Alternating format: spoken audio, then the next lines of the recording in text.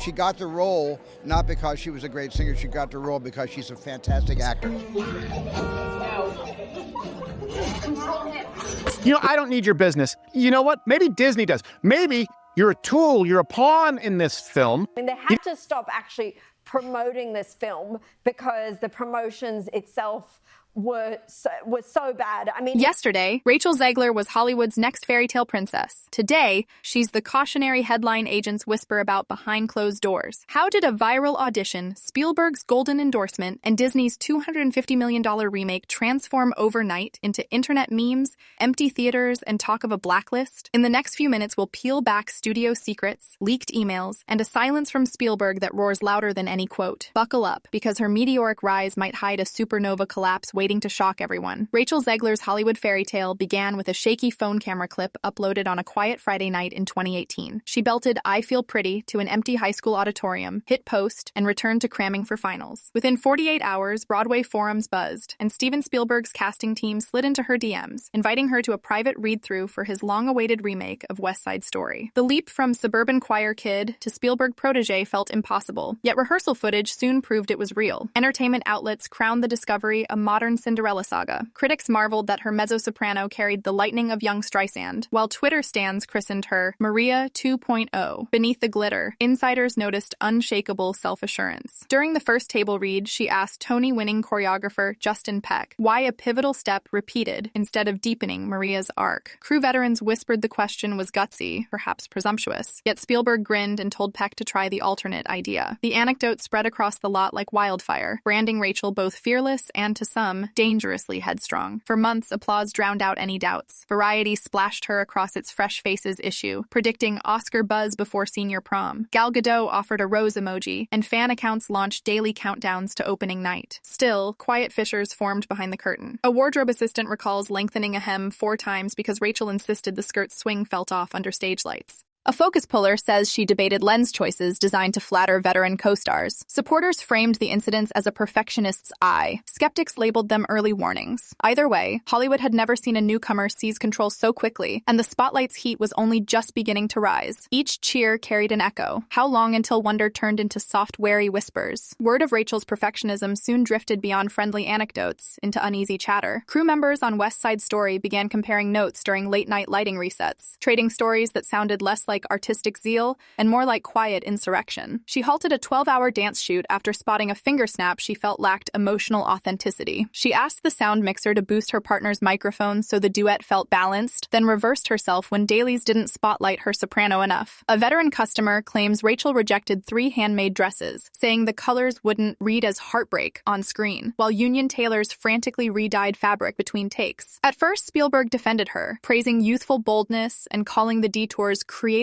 exploration. Yet with overtime ballooning and the schedule slipping, even the legendary director's patience showed hairline cracks. One assistant overheard him sigh, "We're directing the same scene twice. Her version, then mine." Studio accountants, normally invisible, began lingering near monitors with clipboards, ticking off every costly delay. Social media painted none of this turmoil. Rachel's Instagram overflowed with sunlit rehearsal selfies and gushy captions about living the dream, but insiders knew a different mosaic was forming. One of abrupt scene stops, heated whispered huddles, and days lost hunting for compromise. When an anonymous crew blog labeled her impossible, executives dismissed it as clickbait. Still, the phrase stuck in hallway conversations, attaching itself to her name like wet sand to bare feet, impossible to shake off no matter how dazzling the spotlight that followed in whispers. By the time post-production began, rumors no longer dripped, they spilled. A single quote, allegedly from a veteran dolly grip, detonated across insider forums. Spielberg just called her horrible to work with. No source on record, yet the statement traveled faster than any official press release. Reporters prodded Amblin PR for clarification, expecting a swift denial. None came. Spielberg, famous for defending his discoveries, remained sphinx-like, amplifying the whisper without uttering a syllable. In Hollywood, silence speaks 1,000 contracts. Talent agents felt the temperature shift overnight. A junior partner at CAA recounts a Monday meeting where 3 producers mentioned Rachel, then mutually agreed to circle back after festivals, code for wait and see if the smoke becomes a 5-alarm blaze. Editors at trade magazines quietly reassigned puff piece features to safer starlets. Even brand partnership emails slowed, afraid the next headline might sour a campaign mid-rollout. Inside Amblin, the tension sharpened. Color grading sessions finished early because key creatives avoided the room when Rachel was scheduled.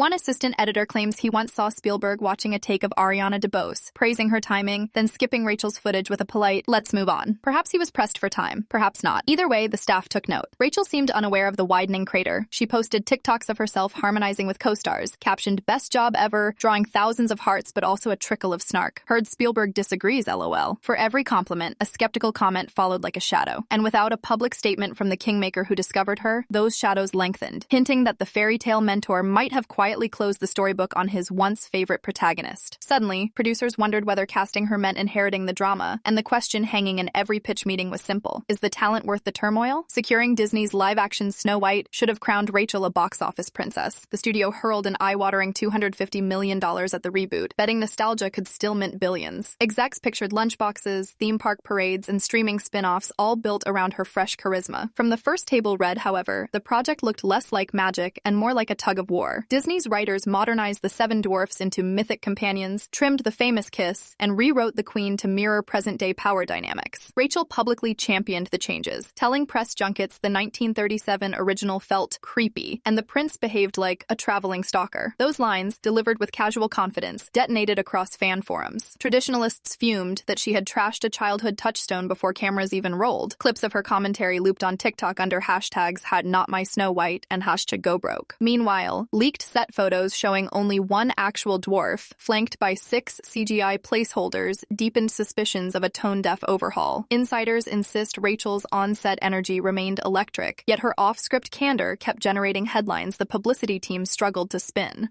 Disney tried a soft pivot, stressing empowerment themes, but every new soundbite seemed to reignite the fire. By Wrap Day, pundits weren't debating box office projections. They were speculating whether audience outrage could sink the film before the first trailer dropped, and whether Disney's once golden lead actress had unwittingly become the studio's most expensive liability. What began as a coronation was already mutating into an expensive experiment no executive could confidently defend publicly. Public fury caught fire months before Disney even dropped a teaser. A fan-recorded panel clip showed Rachel quipping, "No princess waits for a random guy to kiss her awake," and the bite raced across TikTok overnight. Users stitched it beside political tweets she had liked years earlier, accusing her of trashing childhood memories for clout. Hashtags #boycott Snow White and #go woke go broke trended a solid week. Conservative pundits labeled her the newest virtue billboard, while Disney traditionalists felt betrayed that their treasured fairy tale was being rewritten mid-century lecture style. Gal Gadot attempted damage control with a playful, "Mirror, mirror, we're still friends, right?" Instagram post, yet commenters hijacked it to roast Rachel's arrogance. Gaming influencers piled on, joking that a forthcoming Minecraft film would bury Snow White like bedrock, and their memes reached millions outside movie buff circles. Disney's PR department scrambled, but every statement seemed to pour gasoline on the outrage. Merchandise pre-orders flattened, theater owners privately forecast empty seats. Analysts who once predicted billion-dollar grosses pivoted to best-case 50% drop-off scenarios. Executives whispered about reshoots or release date shuffles, but nothing could silence the chorus chanting that the studio had lost touch with its audience. Addenda of leaked set photos without dwarfs stoked fears of a hollow remake. Opening weekend told a story Disney accountants prayed they would never read. Snow White staggered into theaters with a domestic haul barely cracking $43 million,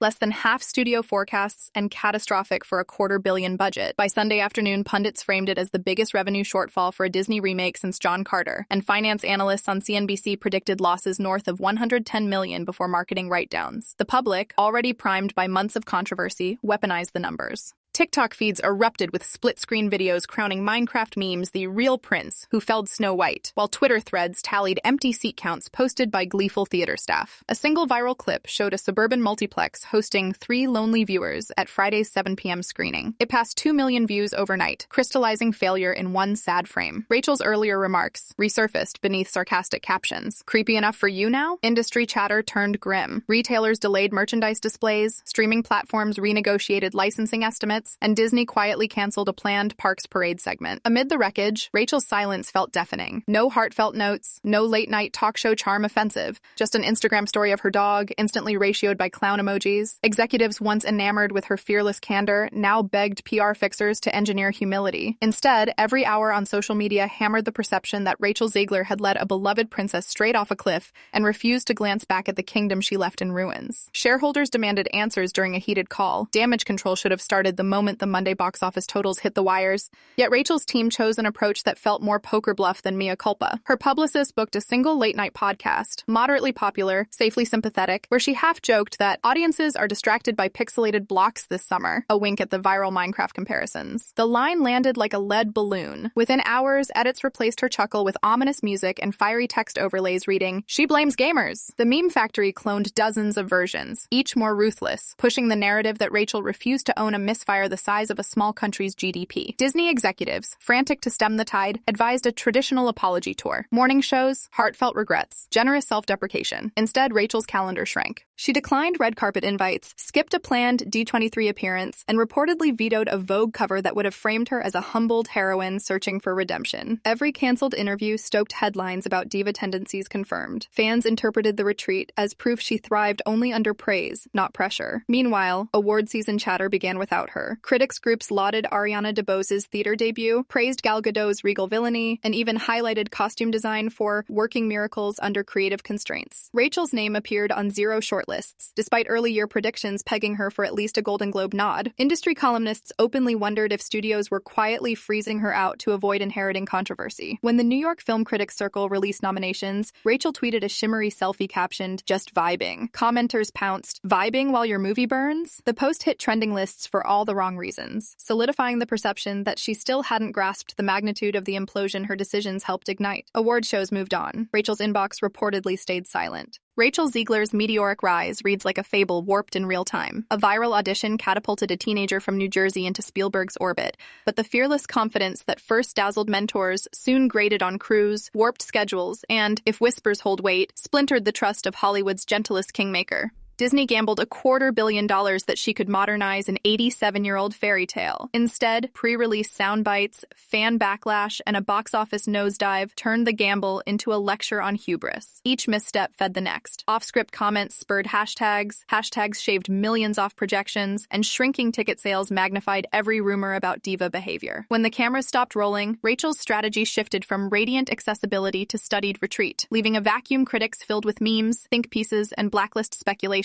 Today, she stands at a crossroads few 20-somethings ever meet so publicly. One path demands humility, quiet indie roles, honest apologies, a willingness to let work speak louder than quips. The other leads deeper into defensive silence, where perception hardens until even apology sounds calculated. Hollywood will forgive almost anything except boredom, and Rachel's story is many things, but never dull. In the hyperspeed streaming era, fortunes flip in days, not decades. If she embraces that narrative truthfully, a comeback remains possible. If she fights it, the town will simply cast a new ingenue in its next billion-dollar princess gamble. For viewers, her saga is a fluorescent warning. Talent opens doors, temperament dictates whether they stay open. So what do you think? Will Rachel rewrite her story, or will history shelve her beside other bright flames that burn too fast? Drop your take below and keep notifications on. In our next deep dive, we'll expose the 3 silent mistakes every rising star repeats, and how you can spot them before the headlines explode. Before you click away, pause for 1 second. If this roller coaster breakdown made you rethink how quickly Hollywood builds and buries its idols, smash that subscribe button so you're first to know when the next saga drops. Hit like if you think Rachel can still script a comeback, or comment below if you believe the blacklist whispers will finish her career for good. And because every view shapes the narrative, share this video with a friend who still believes fairy tale endings are guaranteed. Your click isn't just support, it's the spark that fuels the next deep dive.